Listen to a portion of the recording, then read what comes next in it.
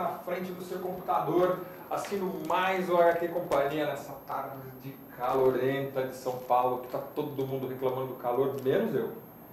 Eu sou uma pessoa que não reclama do calor, muito pelo contrário. Eu adoro o calor. Mas você fica suando, isso para mim não é problema. A cerveja desce mais gostoso, você anda mais à vontade na rua, tudo bem, mas é ruim para dormir. Eu ligo meu ventilador e durmo numa boa. Eu não tenho problema nenhum com calor. Eu já tenho problema com frio.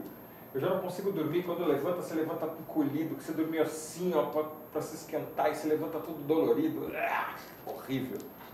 Né? Entre dormir, acordar dolorido e acordar suado, eu prefiro acordar suado, que um banho resolve. O dolorido meu é o dia inteiro, é um saco, eu não gosto.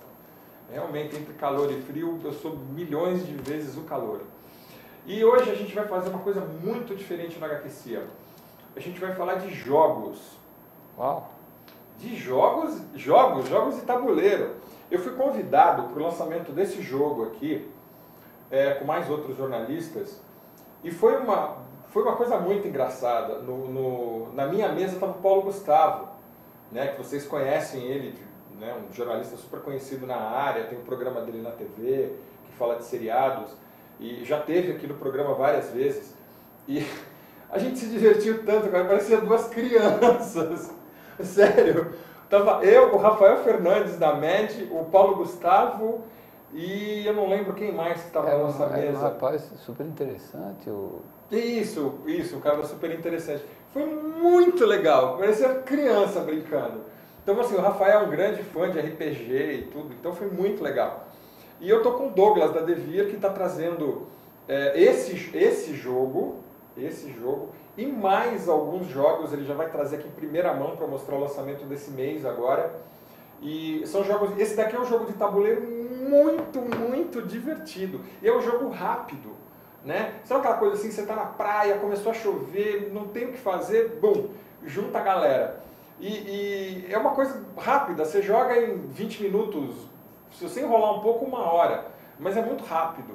E dá para você mudar a configuração da coisa, fica uma coisa totalmente diferente. É muito, muito legal e muito divertido.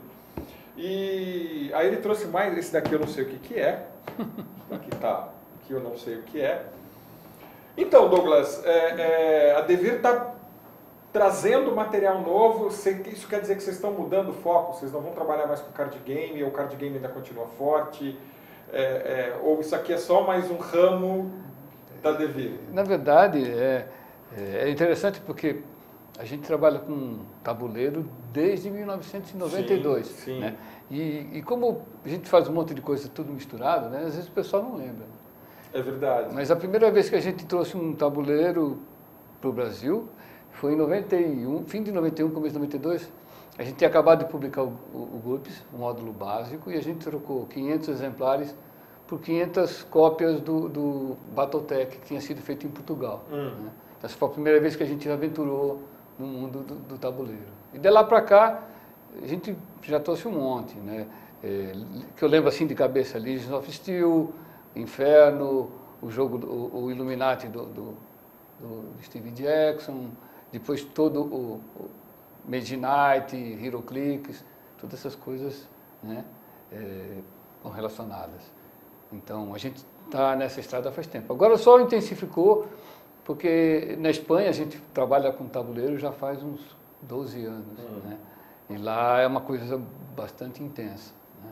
Esse ano a gente tem um plano de publicar lá 50 jogos. Nossa! É muita coisa. É muita coisa. É uma montanha, né? Então, a gente passa conversando, né? A gente se reúne periodicamente. Não, por que a gente não intensifica no Brasil e tal? Então, a gente começou, né? No ano passado a gente trouxe 8 ou 9 e publicou inclusive um brasileiro, que é o Dom Capolo, né? Um jogo de máfia interessante. Primeira vez que a gente faz uma trilogia de jogos. E então agora a gente está brincando bastante. O jogo de tabuleiro no Brasil não é uma coisa ainda muito desenvolvida, né? É um grupo seleto que conhece, que gosta, que vai atrás dessas coisas. Porque a gente não tinha essa tradição. O jogo de tabuleiro que a gente tinha era o War, Detetive, Banco Imobiliário, né? E coisas assim. A gente nunca teve assim uma coisa. E com o RPG veio um monte de coisa interessante. É verdade, é verdade. Acho que assim, o RPG, além de ser uma coisa extremamente divertida, né? Se eu fosse pensar só do ponto de vista do tabuleiro, né? O RPG serviu para a gente identificar as pessoas que talvez pudessem se interessar por tabuleiro. Uhum. Né? Ou seja, estando em contato com um jogador de RPG, eu certamente conheço um monte de gente que vai jogar tabuleiro. Uhum. Né? Então, como a gente já está no mercado de RPG, né? Tabuleiro é só uma extensão natural. Né? Já conheço as pessoas, né? Uhum. A gente já tem contato com elas. Né? Eu imagino que se eu tivesse, sei lá, nascesse agora e falasse, o que eu vou fazer tabuleiro, onde eu vou procurar? Né? Se eu fosse tentar ReHap ou né, o mercado de brinquedo, eu não conseguiria. Você ia encontrar os clássicos quando muito. Né? E ia ser muito difícil entrar nesse mercado também. Né? É um mercado de gente grande, não é nada parecido. Grow, aquelas coisas. Né? Estrela. Grow, Estrela, e por aí vai. Né? Exato. É um mercado de gente realmente. Não é algo parecido com a gente. Mas isso não quer dizer que o mercado seja pequeno. Na verdade, eu acho que ele está crescendo ou aparecendo, né? Tá. Assim, e essas coisas se contaminam, né? Na medida que você tem jogos, como você disse, o Ilha Proibida eu acho divertido e rápido, né? Então não é uma coisa que precisa ser jogado com quem gosta de jogar, né? Dá para jogar com os amigos, dá para jogar na praia, dá para jogar de noite em casa, no dia que eu não saí porque estava gripado.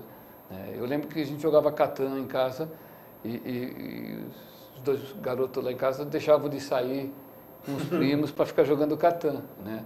Então, são jogos rápidos, né? E são diferentes. Por exemplo, se a gente falar do Guerra do Anel, é 40 minutos para você montar o tabuleiro, 4 horas para jogar. Aí é muito mais difícil. Tá. Então, desse ponto de vista, o que acho que aconteceu foi, a gente tirou o foco do mercado americano, onde tem o que eles chamam de jogos para jogadores, né? Games for gamers, né? E mudou o foco para a Europa, onde tem os jogos para a família. Né? Então são jogos que a velhinha joga com a neta, né? E toda a população joga. Então eles não dependem de eu conhecer o universo do Tolkien, não dependem de eu saber quem é o Homem de Ferro, sabe? Eles são jogos para a população em geral. Então, isso facilita um pouco também. Então, quer dizer que esses jogos, a origem deles são todas europeias, vem tudo da Europa? Com exceção desse aqui, sim. Esse aqui é um jogo americano. Esse tem a ver com RPG. Esse tem a ver com RPG. Mas os outros que a gente trouxe ano passado, eu acho que a maioria era europeu. Com exceção do Dom Capolo, que é brasileiro. E a gente vai trazer um monte de Europa. E uma coisa assim, eu tenho um amigo, o Fábio Tola, que eu não vejo já há muitos anos, ele se associou a umas pessoas e não sei se ele chegou a ser proprietário ou era um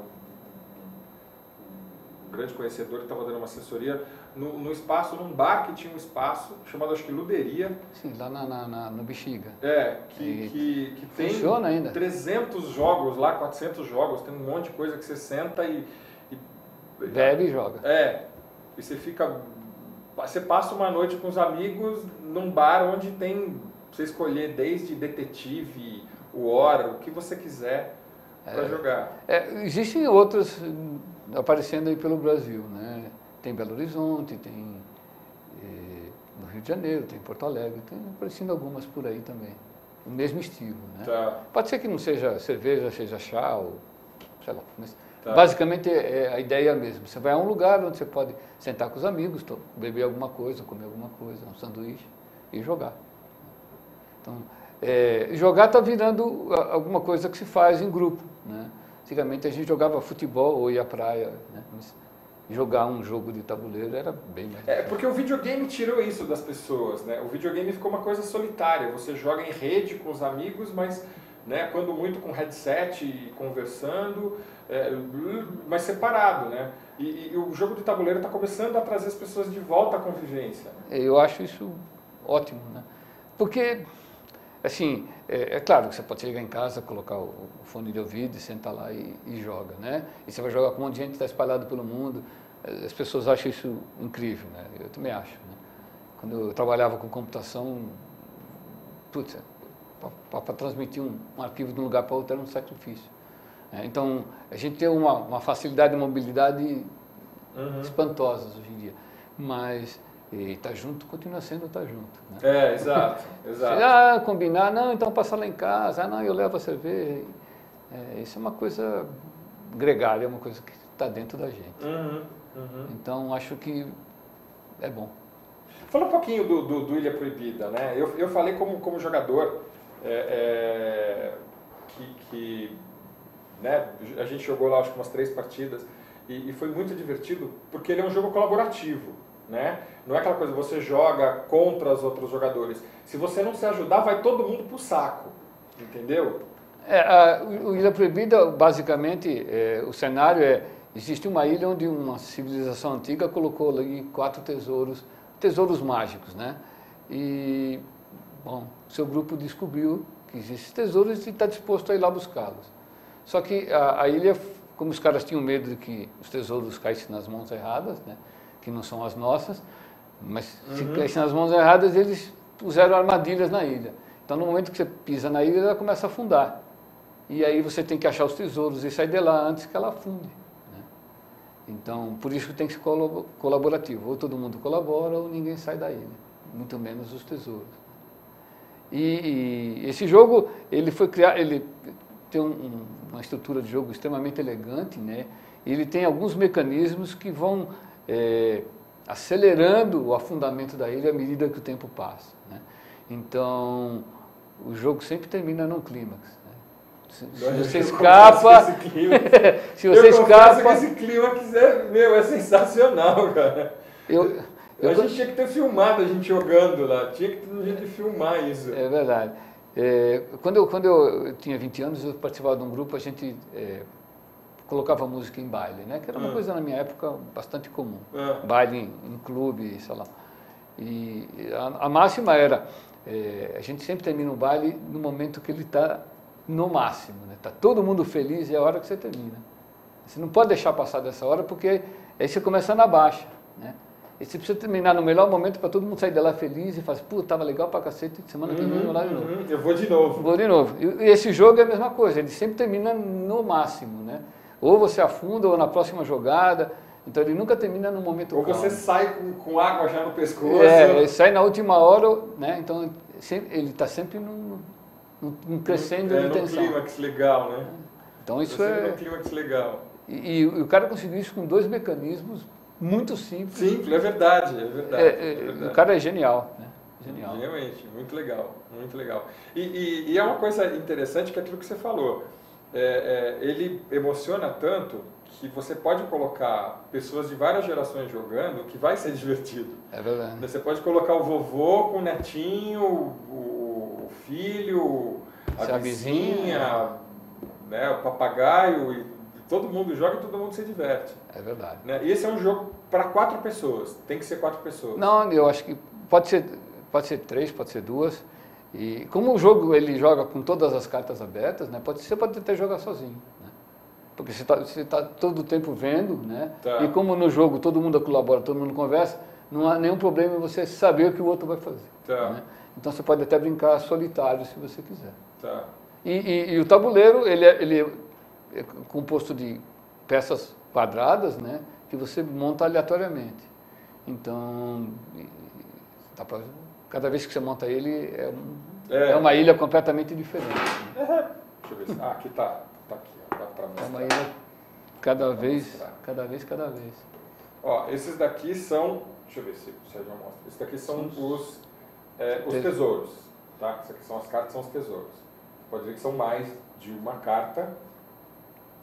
Você tem que juntar 4 cartas do mesmo tesouro para poder pegar. Você junta 4 cartas do mesmo tesouro para você conseguir pegar o tesouro. Isso daqui é um outro tesouro, tá? E aqui a gente tem a ilha. Que isso aqui é muito legal. E essas pecinhas aqui tem mecanismo, né, que vai fazendo com que ela afunde. Então ela vai virando e ela vai afundando. Se ela está assim, dessa forma, ela está legal, está em terra firme. Mas se ela virar assim desse lado aqui, ó, afundou, né? Ela muda de cor. É o mesmo desenho, mas ela fica aquela coisa opaca, né? Cheio de água por cima. É, cheio de água por cima. Então é muito legal. Né? É muito legal. E você vai puxando as cartas, ó, agora afundou a parte tal, a parte tal e a parte tal. Às vezes você fica perdido, você não consegue passar. Mas tem um mecanismo, os personagens, cada um tem uma habilidade diferente. Então tem um personagem que tem habilidade em fazer a ilha voltar, né? Aí tem outro que tem habilidade para piloto de helicóptero, consegue transportar as pessoas em longas distâncias. Então é um jogo muito legal, ele é muito bem elaborado, ele realmente é muito bem elaborado, né? E divertido, muito divertido, realmente muito divertido. E aqui são os tesouros propriamente ditos, né? Que é o que você tem que conquistar. Você pegou 4 cartas iguais, troca por isso aí. Você troca por isso aqui, né? Olha, muito, muito legal. É realmente muito legal. E essa daqui é a tabela desgracenta. Essa aqui é a tabela do mal. Porque aqui, ó, você vai dizendo a que nível que a água vai subindo. Desde devagarinho até quando vira 5 cartas de uma vez. Afunda 5 pedaços. Aí, meu amigo, é velho caixão, né? Não tem jeito. Mas é muito divertido. Realmente muito divertido. Muito legal. E agora você está trazendo esse aqui, né? Esse aqui é o novo lançamento. Na verdade, ele não foi saiu lançado ainda. Ele acabou de chegar, tem que passar pelo Inmetro, né? Isso leva Tá. uns 15 dias. E daqui uns 15 dias ele vai estar nas lojas. Tá. Esse é o mais rápido ainda. Teoricamente você joga em 8 minutos. Né? Na caixa diz de 8 a 20. Né? Tá. Mas 8 é o mote do autor. Tá. E qual que é esse é um jogo também colaborativo? Não, esse é um jogo de construir império, né? Vamos ver quem Tá. constrói seu império mais rápido. Tá. Né? Então, mas ele tem um mecanismo simples o suficiente para você construir seu império em 8 minutos. Tá. E o maluco disso aqui é que o autor desse jogo, ele não é um profissional da área de jogo. Né? Ele é um músico, ele toca trompete numa sinfônica. Nossa! Que bizarro! E além disso, ele trabalha numa empresa que fabrica saxofone e ele é o chefe da equipe que põe a marca. Sabe aquela marca em relevo que tem um instrumento de sopro, de metal? É ele que faz aquilo. Então o jogo para ele é só um passatempo, mas ele é bom de fazer jogo. Interessante. Um músico criando um jogo é realmente interessante. Deve ter um... E o esquema dele é esse mesmo. Você joga contra uma você tem outra pessoa. Você joga, são 4 pessoas, né? Você tem um tabuleiro que é pequeno, né? Tá aqui no fundo. E você vai construir um império em cima. Olha, é um tabuleirinho bem pequenininho. Ó. É bem pequenininho. É para ser rápido, né?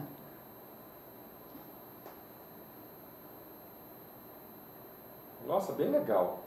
E os comentários em geral sobre o jogo são de que eu pessoalmente nunca joguei esse, né?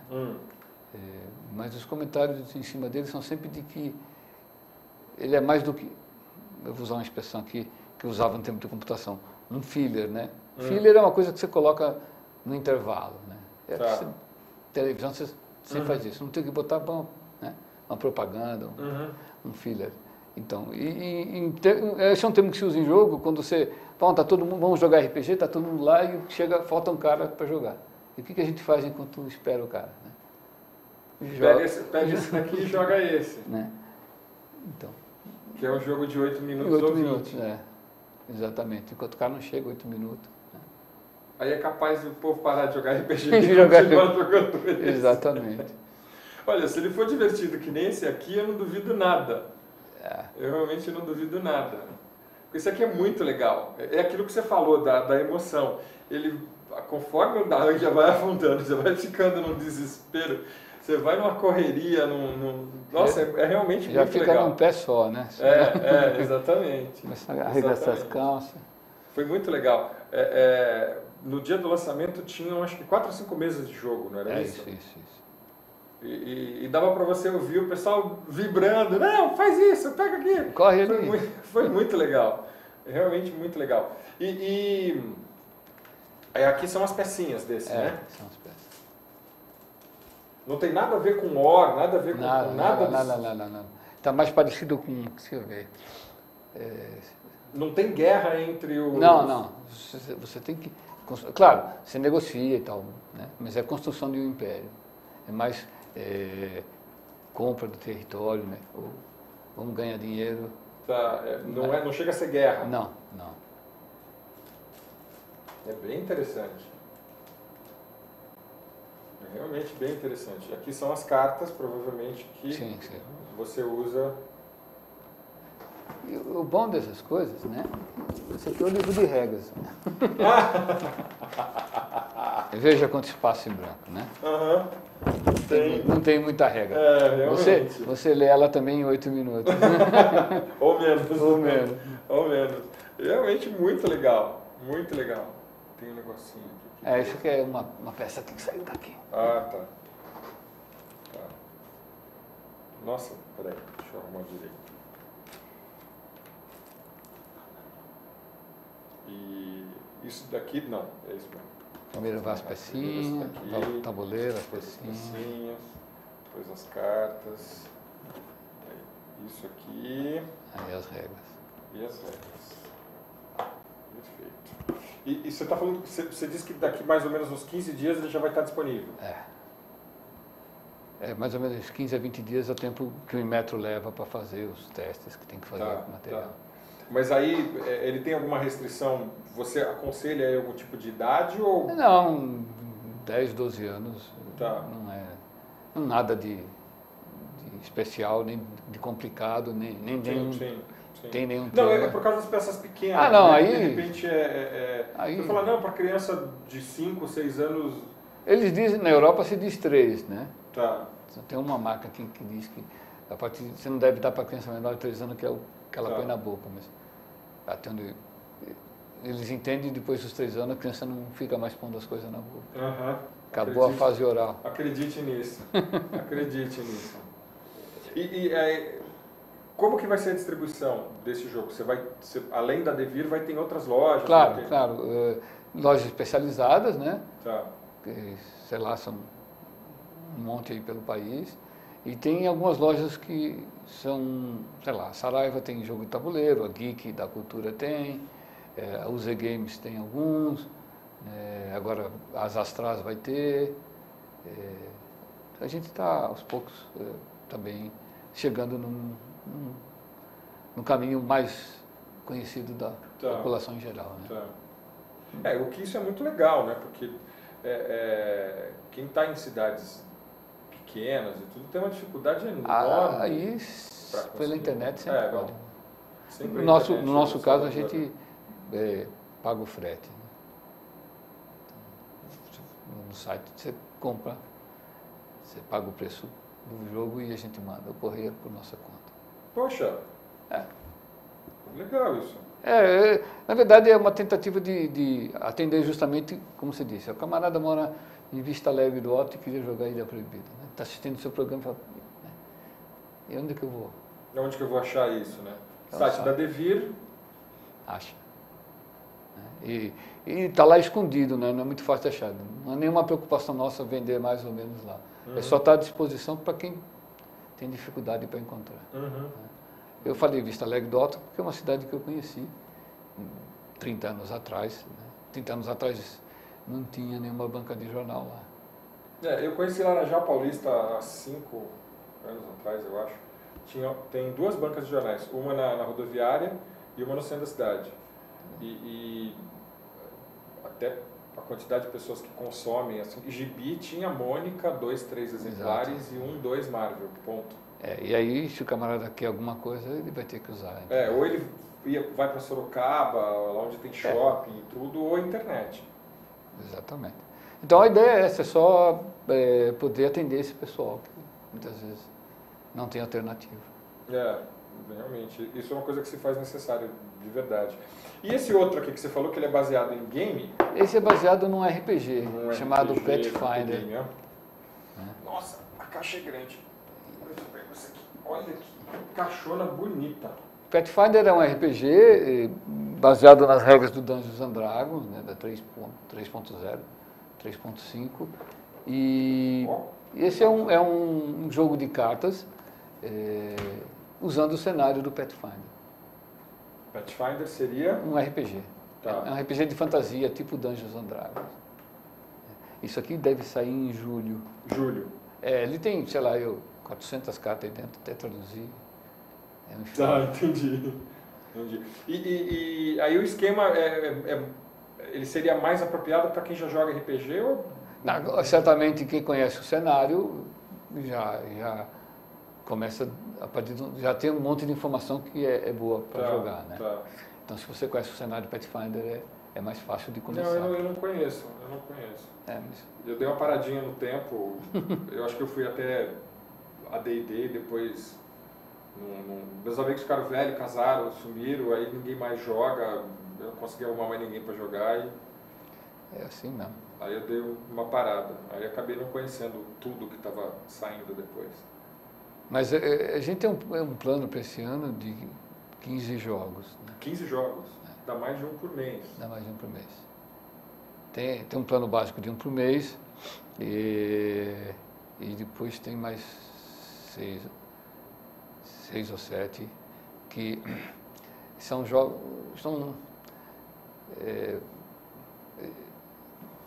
Sim, não sei se você conhece um jogo chamado Genial. Não. É um jogo de estratégia parecido com, sei lá, quando eu era criança a gente jogava um jogo que a gente põe um monte de ponta num papel e ia marcando. Sim. Então, esse é um jogo onde você tem um monte de coisa hexagonal e você vai construindo uma linha e depende dessa construção, né? Mas você tem que pensar mais ou menos como você pensava. E esse é um jogo que não tem em nenhum lugar do jogo qualquer coisa que dependa da língua de quem está jogando. Não tem nenhum texto nas peças, nem no tabuleiro, nem em nada. Né? Então, quando a gente tem um jogo desse tipo para fazer, e como a gente está fazendo isso na Espanha também, né, e em Portugal, então a gente faz esse jogo, a caixa está em 3 línguas, e eu tenho 3 conjuntos de regras. Né? Um em português, um em espanhol e um em catalão. Né, que a gente publica em catalão na Espanha também.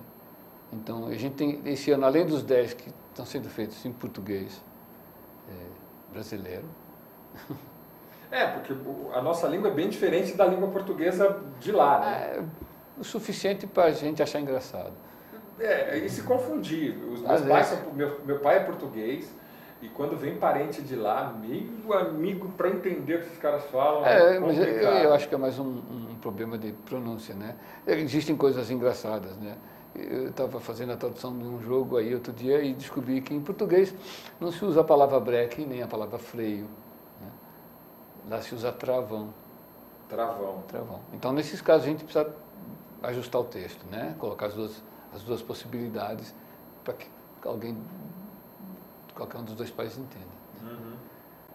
Né? E tem outra coisa, o português é extremamente literal, né? É verdade.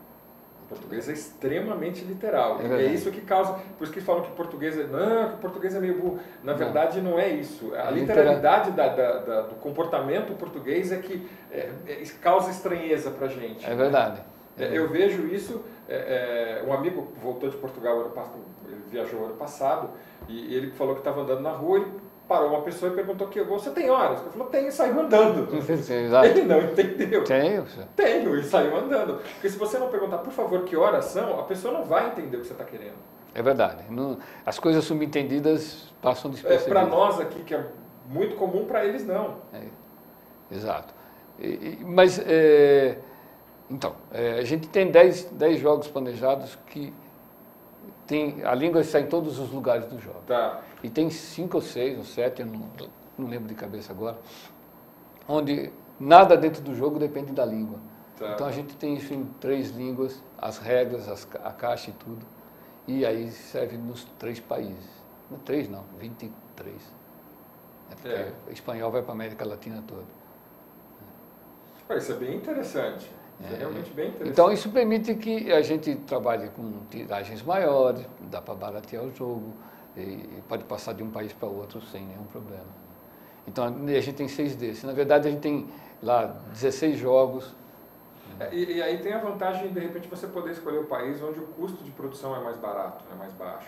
Isso não tem muito o que discutir. Né? Certamente umas coisas dessa na China é mais barata do que... Sim, óbvio. Mas tem feito bastante na Alemanha. Eu acredito que quase todo mundo hoje tem feito... Eu acho que isso daqui, ó, se não me engano, isso aqui tudo deve ter sido produzido na China. É possível. Capa dura, com certeza. Né? Até achei estranho, né, o volume de lançamentos dessa semana, um monte assim, de encadernado, isso com certeza deve ter dado uma atrasada e chegou tudo de uma vez. Chegou tudo no mesmo navio. Tudo no mesmo. Vamos embora, né? Vamos sentar o pau e vamos lançar tudo de uma vez. Até porque quando você contrata uma gráfica na China, você paga metade adiantada, né? Então não tem nenhum motivo para ficar sentado em cima do livro. Exatamente. Botar à venda, né? Exatamente. E como que a Devir vai trabalhar com quadrinhos esse ano? Uau. Vocês deram uma pisada no freio ano passado. A gente estava se reorganizando, né? Porque a gente, com a morte do Mauro, a gente tinha planejado umas modificações, depois o Mauro faleceu e isso, além daquelas que a gente já tinha planejado e pretendia colocar em funcionamento, né? A morte dele provocou um monte de outras modificações. Né? E no ano passado foi quando a gente fez elas se efetivarem. Né? Então, por exemplo, eu deixei a editora, que agora está na mão do Rui, e estou cuidando da área de vendas, né? e dos tabuleiros. Então, isso provocou um monte de freadas, né? Elas não diria que são propositais, né? Elas não foram planejadas, mas elas aconteceram até porque as pessoas precisam se acostumar umas com as outras. Né? Então, o Leandro lá precisa se acostumar com o Rui, como é que o Rui pensa. Né? O Rui está em Setúbal, não está em São Paulo. Então, até eles se entenderem como é que eles iam se comunicar, né? A coisa ficou meio... Mas agora está voltando a funcionar. Né? E a gente tem um monte de planos, né? Que eu sei, aí tem o Clip 2 na gráfica, depois tem o Saga, tem o The Boys 4.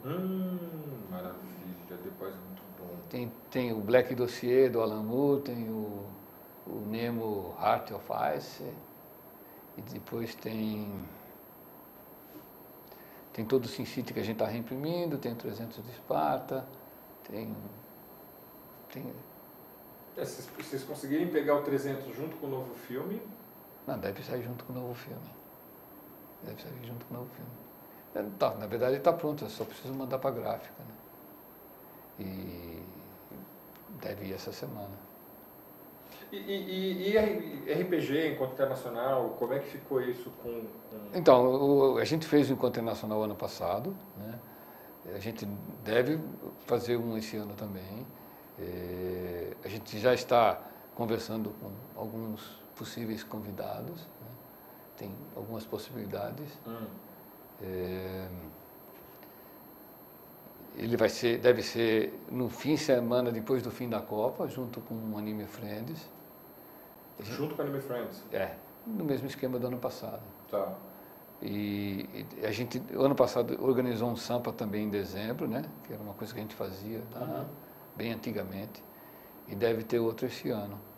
Né? A gente tem planejado para esse ano o Pathfinder, né? A gente acabou de assinar um contrato com o Richard Thomas para fazer a V20, né? Que é o Vampiro à Máscara, edição comemorativa, e tem 2 livros de GURPS. Então, esse deve ser um ano ainda, a gente vai ter aí uns 5 livros. Não, eu não vou falar em número de livros, vou falar em número de páginas.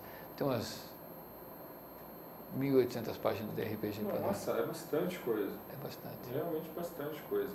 Então, realmente, essa reestruturada que vocês deram o ano passado, agora... Agora a gente vai começar a acelerar, né? Vai começar a botar as coisas para fora.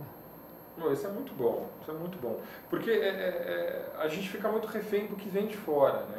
A Devir é a nossa grande ligação com o mundo civilizado nerd lá fora, né? De RPG, de game, de jogo de tabuleiro, de card game, né? Inclusive com quadrinhos que vocês trazem que não é só vocês para trazer o que vocês trazem, né? Tem certas coisas que... Eu lembro que isso lá no começo, né? Quando a gente começou o Encontro Internacional, quando a gente lançou o Castelo Falkenstein, o Mike Pondsmith veio para cá, ele sentou 2 horas com a gente, ficou conversando o que a gente fazia, o que não fazia, o que a gente tinha publicado. E ele chegou à conclusão que a Devir não era uma empresa, era uma ONG. Ele foi engraçado. Ele falava, isso aqui não é uma empresa. Então, é claro que a gente precisa sobreviver, precisa fazer coisa que venda, sim. Mas a gente também tem que se dar o prazer de fazer coisa que a gente gosta. Sim, né? É verdade. E a gente faz isso com alguma frequência. Com bastante frequência. Ouso dizer que com bastante frequência. E eu gosto principalmente de publicar autores brasileiros, né? Uhum. É claro que eu gosto de um monte de estrangeiro, né? Mas eu gosto da ideia de ver um trabalho crescer, né? A gente viu um monte sei lá, é bacana ver quando aquilo floresce, né? Por exemplo, o Yeshua do Laudo Ferreira, né? Eu posso dizer, e não é sacanagem, mas ele levou para mim, eu li o último, né? Está pronto, e o Leandro está terminando. Eu já estou desesperado para ler isso. É genial, porque ele conseguiu contar uma história, né, que todo mundo conhece, sem passar explicitamente pelos pontos que todo mundo conhece. E ele conta a história, que é uma história cheia de fatos, sem mostrar os fatos. Ele vai mostrando as discussões filosóficas que levam aos fatos, né? Não dá para falar muito sem também contar a história, mas o Laudo, eu achava ele um desenhista fora do comum, né? Depois desse livro, eu acho que ele é um roteirista fora do comum, né? Eu já tive essa impressão dele quando ele, como grande fã do pessoal dos mineiros lá, escreveu um livro sobre o Clube da Esquina. Sim. Né? Óbvio que a paixão dele ali fica evidente, né, no texto, mas com muita verdade, com muita informação, com muita pesquisa. Ele pesquisou um monte. E com Yeshua, quando ele esteve aqui, ele falou, foram 9 anos lendo, pesquisando, vasculhando, indo atrás de tudo que eu pude. E aí ele aborda, né, mostra a história de ângulos bastante pouco conhecidos. Exato. Ele leu muito os evangelhos apócrifos, Exato. Ele foi atrás de muita informação. Então, é um prazer ver essas coisas acontecerem. Uhum. Né? Elas não pagam, né, o aluguel nem a conta do telefone, mas é bacana ver. Com certeza. E aí, isso quer dizer que a gente pode esperar um relançamento, porque provavelmente já deve ter esgotado o 1 e o 2. Não sei se está esgotado. Se não está, falta pouco. Provavelmente. Mas a gente está planejando uma edição com os 3 juntos também. Tá. Né? Vai lançar o 3º, e aí eles vão começar, vai levar alguns meses. Sim, se para o final do ano. Vai ter que juntar tudo, tem que tirar a página do meio para a página não sei aonde, vai colocar uns sketches, enfim, vamos fazer uma edição que pretende contar, além de contar a história da história, né? Um pouco dos 9 anos de pesquisa. Não, que é sensacional, realmente. O trabalho dele de pesquisa é uma coisa de outro mundo. E outra coisa que vocês fazem, você fala assim, mas a Devir lançou um monte de artista consagrado, mas o que as pessoas lançaram antes? Vocês lançaram o Laerte, lançaram a Angeli, lançaram... Ou relançaram. Né? Relançaram. Depois que eles saíram da Circos. O Fernando Gonzalez. O Adão. Quem mais? Lourenço, que, né, quando ele voltou, ele já estava só fazendo as coisas independentes, pequenas, quase esquecido. Estava sumido, né? E aí tem um monte de gente que, claro, não são tão conhecidos, mas que eu acho que são muito bons, né? Marcela Godoy, o Jonatas, o rapaz lá do Cogumelos. Tem um monte de trabalho. Até um que é uma encomenda, né, que é o Ombros de Gigante, está muito bem realizado, né, tem um roteiro legal, é uma história da astronomia. Tem um monte de coisa de brasileiro que... O Guilherme Fonseca, que tem lá o Estação Luz e tem um trabalho novo genial lá com o Leandro. Aquele cartunista que vocês lançaram, acho que cartunista, alguma coisa Brasil. Pizzaria Brasil? Pizzaria Brasil. Cláudio? Cláudio, isso. Muito legal aquele livro, porque ele tem as charges em cartoon acerca da economia do Brasil num período bastante conturbado da economia, né? E o que ele fez foi também numa nota lateral, né, e descrevendo o momento econômico, né? Uhum. Então, o livro, além de ser muito divertido, ele é uma história do Brasil. Exatamente, ele é muito didático, além de tudo. Né? É muita informação. É muita informação. Aquele livro eu gosto bastante. Não, aquele livro é genial, aquele livro realmente é genial. E aí entra aquela outra coisa, o Nick que teve aqui a semana passada, contando toda aquela parceria que ele vem fazendo com os coreanos, a viagem que ele fez para a Coreia para lançar o livro dele, e acabou conhecendo o criador da Pucca, e isso né, rendeu muitos frutos, assim, né, dessa parceria que eu sei que vocês vão acabar se envolvendo nessa história também, né? Também. Eu tenho falado com um monte de coreano, né? Vê se não é simpático. Você tem ideia de quantos livros americanos a gente já publicou? Nossa, já perdi a conta. Então. Só de ficção científica vocês lançaram um caminhão de livros. Então, e ninguém nunca prestou muita atenção nisso, né? Agora, eu publiquei um livro coreano, que é A Vegetariana, que, aliás, é um romance, todo mundo devia ler, ele é genial. Se você quer conhecer um pouco da Coreia, aquele é o livro, né? A escritora é muito importante na Coreia, né? Ela é famosa e tal, né? E até quando veio um bando de coreanos aí outro dia, eu disse para um deles que eu tinha publicado, né? Eu publiquei A Vegetariana da Han Kang. E a mulher falou, nossa, parecia que tinha publicado, sei lá, né? Manuel Bandeira, uma coisa assim. Né? Mas eu publiquei um livro, né? Aí quando inauguraram o curso de coreano, né, de cultura coreana e de língua coreana na USP, teve uma festa no consulado. E eu fui convidado, entendeu? Fui lá jantar com o cônsul junto com outros editores. Isso é simpático. Né? Sim. Os outros países eu publico, ninguém sabe o que eu estou fazendo. Né? Os coreanos são muito atenciosos. Muito mesmo. Isso é bem interessante. E eles vêm num crescente, economicamente falando, e mostrando que é um país que tem uma cultura muito rica, né? É verdade. A minha mulher é viciada em novela coreana. Sério? Sério. Assisti um monte delas. Via internet, claro. Assisti um monte de novela coreana, com legenda em inglês, espanhol, sei lá que língua. Nossa, que coisa estranha, bem estranha. Porque se a novela coreana for igual à japonesa, meu amigo, é um dramalhão. Porque a novela japonesa consegue ser mais dramalhão do que a novela mexicana. Pois é, está nesse nível, eu acho, né? Confesso que eu não vi, né? O romance que a gente publicou, eu fiz revisão e não chega nesse, né? Pelo contrário, ele é bastante sutil, né? Tem lá um clima sensual. É a história de uma moça que resolve não comer mais carne, né? Que na Coreia é um pecado capital. Sério? Não comer carne? É uma coisa cultural mesmo, não comer carne é um absurdo lá, né? É que nem falar com um gaúcho, falar com gaúcho virar vegetariano. Exato, né? É só ir no restaurante coreano você vai ver, né? Tem carne em todos os lugares, né? Em todos os pratos. E a moça decide que não quer, né? E o marido é um camarada que está subindo na empresa, né? E a história começa num jantar. Ele é convidado pelo presidente da empresa para ir jantar na casa do cara e a mulher vai e não quer comer carne.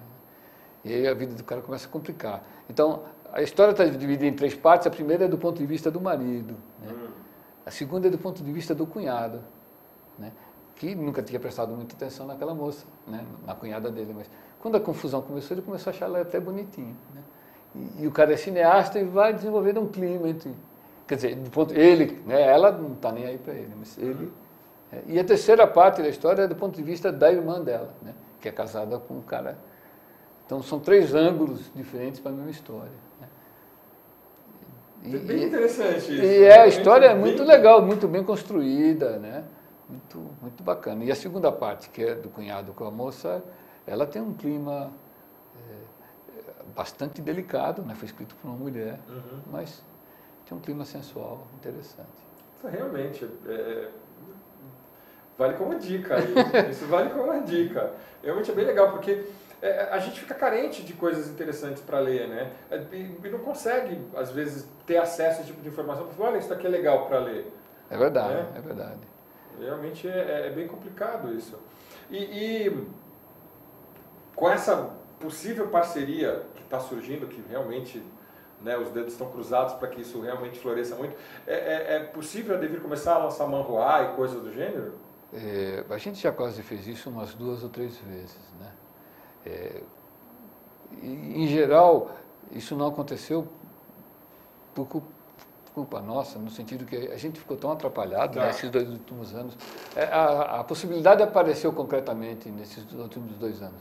A gente aqui não tinha condição, fôlego, né, para fazer o trabalho.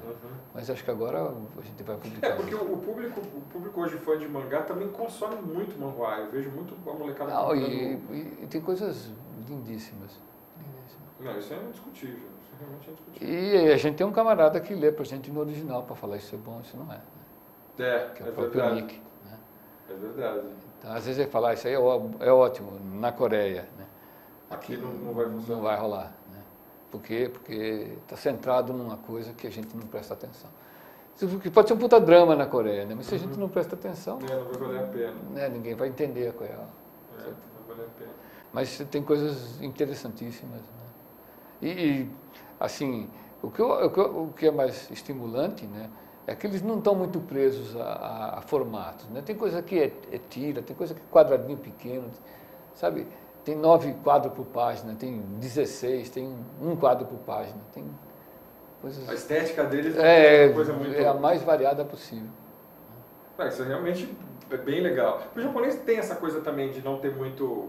Né, de repente o quadro invade, aí tem um quadrinho que é um losango que vai estar exprimido pelo outro, aí tem uma figura solta no meio. O japonês também faz muito isso. E eles têm... Agora, a diferença, por exemplo, na Coreia tem umas coisas coloridas com umas cores lindíssimas. Eu cheguei a ver alguma coisa, meus passeios pelo bairro oriental de São Paulo, com a Liberdade, e hoje lá tem muito coreano, né? Tem bastante coreano. O japonês já não tem tanto, lá tem mais chinês e coreano hoje. Inclusive a loja que eu comprava produto japonês, os donos agora são chineses, né? É até estranho, né? Era uma loja tradicional, que eu compro coisa, cogumelo, um monte de coisa lá, os donos são chineses. Né? É bem diferente. Eu vou pedir a licencinha rápida para você, Douglas, só para mostrar os lançamentos da semana. A gente falou muito em mangá e tudo, e eu tô com esse mangá aqui que é bem interessante, que é o... Peraí, os olhos já não ajuda. Tá mais ajudando. High School of Death, número 5. Ele é interessante pelo formato, né, que é em formato de revista americana. E aí pelas capas dá uma certa noção de sensualidade e tudo. Eu estou lendo o primeiro e ainda não achei nada assim, mas eu estou na metade ainda do primeiro. Acontece uma invasão de zumbis, a história deve se explicar um pouco mais para frente. E aí ataca uma escola. E o que a gente está falando aqui agora da quantidade de lançamentos de encadernados que vieram de uma vez, só essa semana aqui, olha o que chegou. Do Coringa do Brian Azzarello, né? Bom, Brian Azzarello é um dos meus autores preferidos. E arte do Lee Bermejo, que é o outro desenhista que eu adoro. Ele tem um traço realista que eu gosto muito. Caveira Vermelha. Esse ano a gente tem filme do Capitão América, né? E o Caveira Vermelha é um personagem que não pode faltar na saga do Capitão América. Capitão América, chegando para também, capa dura. Material do Mark Millar, com Lenny Yu, Superior.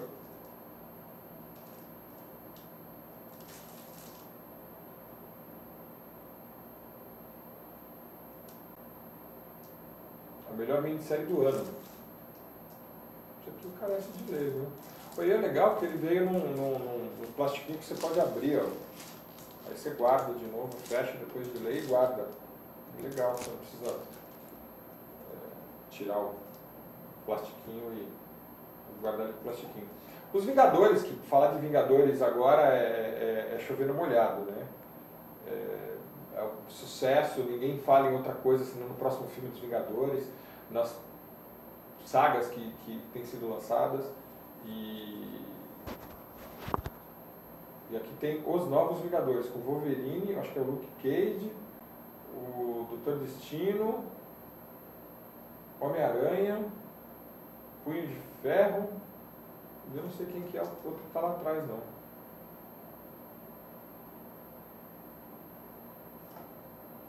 Legal. Magneto.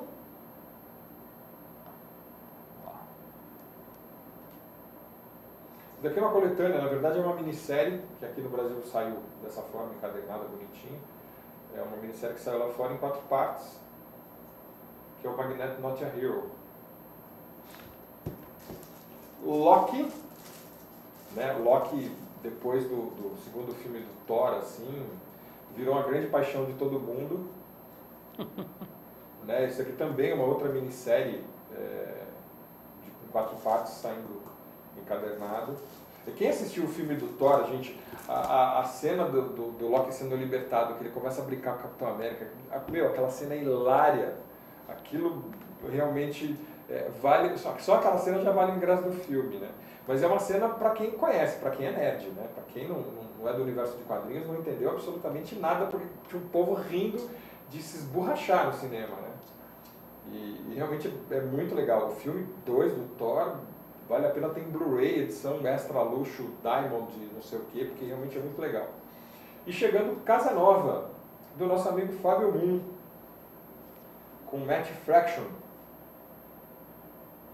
com roteiros do Matt Fraction. Não sei se o Moon aqui também participa do roteiro, ou se ele está só como desenhista.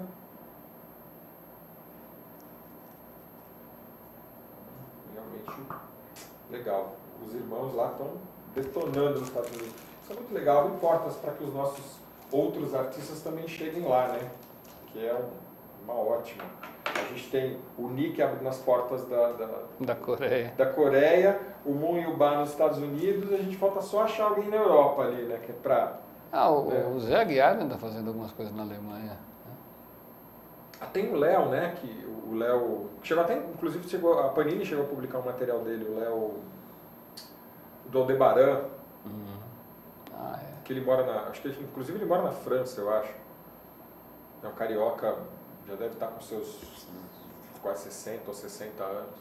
É um desenhista sensacional, que lançou um material muito bom lá. Mas acho que a gente precisa de uma coisa mais efetiva, né? Com a nossa cultura, com o nosso traço, com a nossa história, né? É verdade, é verdade. A nossa cara, né? Mais a nossa cara. Bom, Douglas, isso aqui a gente pode esperar para mais uns 15 dias. Pode. Tá? Eu já vou mostrar para vocês de novo, para vocês terem isso aqui bem marcado. Tá? Você tem que conquistar um império, construir um império em 8 minutos. De 2 a 5 jogadores. Né? E nessa linha de jogos divertidos e família, né? Isso realmente é bem legal. É aquilo que ele estava falando. Você está com um grupo de RPG, está faltando um jogador, não tem o que fazer, você junta a galera e começa a jogar isso aqui. Porque de 2 a 5 jogadores, então dá para brincar, não é aquela coisa, tem que ser 4, né? Senão não funciona. Né? Às vezes no jogo de RPG são 5, 6, 7 pessoas jogando. Aí fica um povo de fora. Né? Esse daqui, olha, eu joguei e é muito divertido. Ilha Proibida. E vem numa embalagem muito bonita, ó, caixa legal. Só a embalagem aqui já valeu. É um jogo muito, muito, muito legal, muito divertido. Muito, muito divertido. Na sequência tem um outro, que chama Robô Ricochete. Robô Ricochete. Basicamente é um robô como se ele fosse um carrinho bate-bate, né? Ele não tem freio e ele anda sempre em frente até bater, né? Aí ele bate e para. Então, você monta o tabuleiro é montado aleatoriamente e o robô está num lugar e você bota um alvo no outro, né? E aí para jogar quantas pessoas quiserem, isso é legal, de 1 a 99. E aí o que você tem que construir é mentalmente uma trajetória de batidas para chegar, sair do lugar que ele está, bate aqui, bate ali, até chegar no ponto que você colocou no tabuleiro. Genial isso. Exige muito mais, é um jogo muito mais mental, né? É mais um xadrez do que um... matemático, mental, pra caramba. Mas também viciante. Mas aí, cada jogador sai do mesmo ponto? Não, o jogador coloca, digamos, o robô num lugar e o outro coloca o alvo no outro. E aí, a partir daqui... o outro jogador que escolhe onde vai botar o alvo. E aí daqui você vira a ampulheta, né? E o tempo está contando. Tem um tempo limite que se ninguém fizer, é porque ninguém conseguiu, né? Vamos mudar a configuração. E aí, quando você descobre a trajetória, você diz o número de movimentos da trajetória. Eu faço em 8, faço em 7, faço em 5. Né? O cara que fizer em menos ganha. E aquilo ganha um certo número de pontos. Né? É bem legal. Realmente bem legal. Bem legal. Pô, Douglas, parabéns. Imagina. Né? Parabéns pelo material. E a gente agradece, né, por ter a oportunidade de ter essas coisas aqui, porque se não fosse você trazer, né, a gente ia ficar sabendo pela internet, né, que existe lá fora, né, achar uma alma caridosa que traga, que importe. Isso chegando aqui em português é muito mais fácil para difundir, para divulgar e aumentar esse público, né, de jogo de tabuleiro, que realmente é muito divertido. Eu gosto muito, né? A gente passei a vida jogando, né? Então, agora a gente poder fazer, né? É um prazer. Né? É verdade. Parabéns pelo trabalho. O HQCIA está sempre aberto. Legal, né? Legal. Por favor. Para mim também é um prazer. Obrigado. É uma oportunidade bastante bacana, né? De poder falar. A gente vem aqui e cada vez fala uma coisa diferente. Sim, é isso que é legal. Então, acho isso bacana. Isso é legal. Você está sempre... Assim, o legal, o que eu acho muito interessante na Devir, essas ramificações que a Devir tem. Isso influência dos criadores da Devir, né? Você, o Mauro... O Iano. O Iano, né? Que, assim, fãs de quadrinhos que descobriram RPG, que começaram a trabalhar com RPG, trazer RPG, mas nunca abandonaram os quadrinhos... E aí começaram a publicar quadrinhos nacional, a lançar artistas nacionais no mercado, aí começaram a descobrir outras vertentes de jogos, começaram a trazer esses jogos. Você chegou a explorar o mercado de vídeo, trazendo maravilhoso... eu tinha escrito coisa do Lodos, né? Lodos, que foi uma coisa que... Nossa, como fã de RPG, de animação japonesa, quando eu vi aquele em português, eu falei, sensacional. E aquilo foi legal que foi traduzido no japonês, direto. Porque a gente trabalhava com uma japonesa que falava japonês. Aí ela fez a tradução pra gente. Eu lamentei muito quando você falou assim, é complicado, acho que a gente não vai fazer mais isso. Que assim, é um esforço grande, né? E hoje em dia... as pessoas não usam mais, né? A mídia física. Né? Lamentavelmente. É uma coisa horrível, né? Porque hoje todo mundo recorre à internet e acaba baixando e os colecionadores mesmo não é um grupo que eu acho que consegue sustentar o mercado, né? É verdade, também acho que não. Né? Eu sinto muito, porque eu, por exemplo, gosto de CD. Eu tenho uma montanha, literalmente uma montanha de LP em casa. Eu gosto da ideia de que o camarada pensou o número de músicas e colocou numa certa ordem, né? E aquilo é mais do que só as músicas separadas. Sim, sim. Em alguns casos, como os discos do Frank Zappa, era muito mais do que as músicas. Com certeza. Né? Então, ouvi-las separadas, né? Não é a mesma coisa do que o conjunto. Então, eu gosto. E aí eu sinto, porque hoje em dia é impossível comprar, né? Você vai numa loja... A Europa tem um pouco mais, mas nos Estados Unidos é deprimente. Não, mas está voltando, o vinil está voltando, né? E eu acho que com ele está voltando algumas coisas. É verdade. Né? Acho que vamos torcer para que de repente o colecionador também volte, deixe de ficar naquela coisa do MP3, do não sei o que, e comece a ter seus discos, seu CD, seu vinil. A última vez que eu fui a Lisboa, eu comprei um disco do John Coltrane também, na FINAC, um LP, né? Que não via há muito tempo. Então, eu espero que volte. Né? Não, mas está voltando, está voltando. E o legal é que ele está voltando com uma tecnologia bem mais apurada, tá realmente muito eletronicamente, né? Se comparado com o que era 20, 30 anos atrás, ainda quando se produzia vinil, é outra história, né? A qualidade hoje do disco é tão boa quanto o digital, né? Puro. Né? É verdade.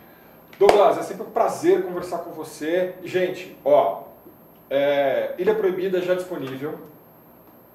Sensacional, isso realmente é muito divertido. Muito divertido. Para jogar sozinho, com 2, com 4 pessoas, realmente é muito legal. O Império em 8 minutos. Né? Sem óculos, eu estou cada vez mais cegueta. Vai ser lançado daqui uns 15, 20 dias no máximo, já deve estar disponível. Né? E outro jogo que vem com aquela mesmo esquema, o jogo rápido, para você jogar com amigos, família, sem faixa etária, desde avô até o seu irmãozinho caçula, e realmente dentro do universo de jogo de família, isso aqui é bem legal. E um futuro lançamento, segundo o Douglas, para julho. Julho. Isso aqui é grande! Do universo de Pathfinder, né? Um jogo de tabuleiro. Quem já conhece o universo vai ter mais facilidade. Mas para quem é fã de jogo de tabuleiro, realmente vai ser mais um desafio. Né? Realmente muito legal. Douglas, parabéns novamente. Imagine. Obrigado pela presença. Eu que agradeço. Né? Sempre uma diversão. A gente volta semana que vem. Não esqueça, se você teve dificuldade em achar aí na sua cidade, entre no site da Devir, www.devireditora.com.br, é isso? www.devir.com.br. Só Devir, não tem Devir Editora? Não, só Devir. Só Devir.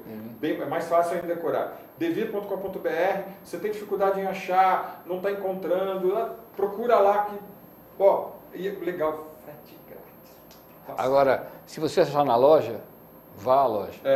A loja é importante, é lá que você encontra os amigos, é lá que você fica sabendo de novidades. Exatamente. Vá à loja. Se tem a loja na sua cidade, onde você mora, ou no bairro, vá à loja. Se você não encontrar, vá ao site. Se você tiver dificuldade, né? Uma outra oportunidade. Gente, super obrigado, um grande final de semana para vocês. E daqui a pouquinho eu estou de volta, para quem é amante de cerveja, né? Com o Beer Lovers, a partir das 7 da noite. Eu volto para falar de cerveja, que é outra coisa que eu quase não gosto. Gente, obrigado, um super sábado, um grande domingo e até a semana que vem com mais HQ Companhia.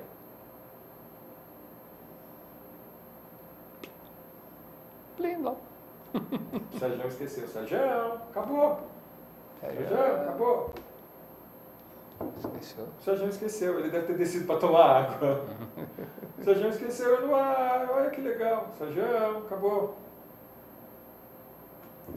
Ele esqueceu. Sai por ali. Sérgio, você esqueceu, a gente no ar. Sérgio, acabou. Tchau. Tchau, tchau. Tchau, acabou. Ele esqueceu mesmo. Desliga. Ele esqueceu. Sérgio, você esqueceu a gente. E agora? A gente fica conversando. A gente fica conversando. Sérgio, o programa já acabou, tá? Mas a gente vai continuar conversando. Claro. Então, você está falando de John Coltrane. Faz muito tempo que eu não escuto Coltrane. Eu tinha um amigo que era apaixonado. Ele que me mostrou, eu não conhecia de nome só. E ele que me mostrou. E aí ele começou a me mostrar essas coisas das big bands dos anos 50. Né? Miles Davis.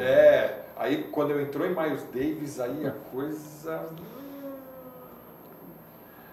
Aí eu comecei a escutar Miles Davis dos anos 60, 62, 63, 64. Eu falei, gente, como é que o pessoal está ouvindo aqueles é chato com Miles Davis tocando? Mas, na verdade... Eu sei, é outra época, outro público. Não, né? mas assim... Por exemplo, eu dei um monte de sorte na vida, né? Então, eu lembro que quando eu tinha uns 17 anos, que deve ser aí pelo 1970, né? O Miles Davis veio ao Brasil e foi tocar no Municipal. E eu sei lá como eu fiquei sabendo, no jornal. E eu resolvi ir, né? Puta, aí quando você ouve ao vivo, então é uma sacanagem. Você fala, ai meu Deus, né? Agora eu vou ouvir isso aqui o resto da minha vida, né? Então, também dei a sorte de encontrar, de ouvir, né? De ter a chance de ver essas coisas. Isso vai mudando a maneira. O Sr. acordou. Ô, Sr. Ó, acabou. Porque ele desceu para tomar água e não viu. Ó, o programa acabou, tá? A gente continua a nossa conversa de jazz lá fora. Tomando uma cerveja. Tchau, gente. Um super sábado, um grande domingo e até semana que vem.